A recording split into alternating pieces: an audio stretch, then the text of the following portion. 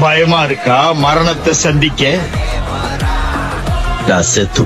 Superstar Ajit কুমারের fast and furious গতিতে কার crash হওয়ার পর এখন সবার একটাই প্রশ্ন, বর্তমানে তার কন্ডিশন কি, এন্ড আসলে গতকাল কি ঘটনা ঘটেছিল তার সাথে পুরোটাই জানাচ্ছি গসিপসে। সো গতকাল রাত থেকে সোশ্যাল মিডিয়াতে এই ভিডিওটা ভাইরাল হয়, যেখানে দেখা যায় কার রেসিং এর সময় সেফটি ব্যারিয়ার ভেঙে একদম ফুল স্পিডে ধাক্কা লেগে বেশ কয়েকবার ঘুরতে থাকে গাড়িটি, যে গাড়ির ভিতরে ছিল south superstar Ajit Kumar. Media reports থেকে জানা যায় বর্তমানে অজিত কুমার দুবাইয়ের প্রেস্টিজিয়াস দুবাই 24 আওয়ার রেস এই কম্পিটিশনের জন্য সেখানে অবস্থান করছিল এন্ড নিয়মিত প্র্যাকটিসও চালাচ্ছিল সে। সো গতকাল 6 ঘন্টার একটা প্র্যাকটিস সেশন করছিল এই অভিনেতা এন্ড 180 কিলোমিটার বেগে কার রেসিং এর সময় হঠাৎ করে নিয়ন্ত্রণ হারিয়ে এই দুর্ঘটনা ঘটে এন্ড এই ভিডিও ভাইরাল হওয়ার পর তার ফ্যান্সরা বেশ দুশ্চিন্তায় ছিল। অনেকে ধরে নিয়েছিল হয়তো বড় কোনো আঘাত পেয়েছে এই সুপারস্টার, অনেকে তার জন্য প্রার্থনা করছিল, বাট তার একটু পরে সবাইকে অবাক করে একদম হিরোইক ভাবে গাড়ি থেকে অক্ষত অবস্থায় বেরিয়ে আসতে দেখা যায় তাকে। এন্ড তার হাঁটা চলা দেখেও মনে হচ্ছিল যে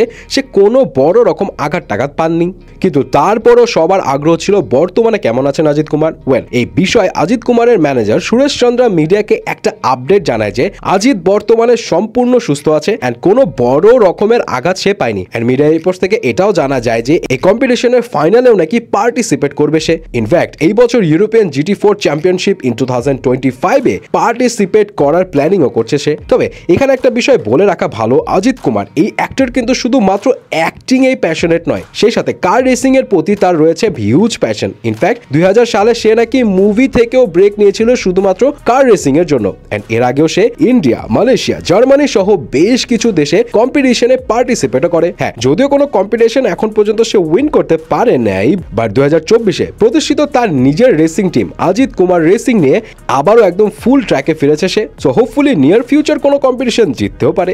এছাড়া এই মাসে কিন্তু তার নতুন মুভি বিদ্যা মোর্চি রিলিজ পেতে যাচ্ছে। সো অজিত কুমারের কার রেসিং এর বিষয়ে আপনার কি মতামত জানাবেন কিন্তু।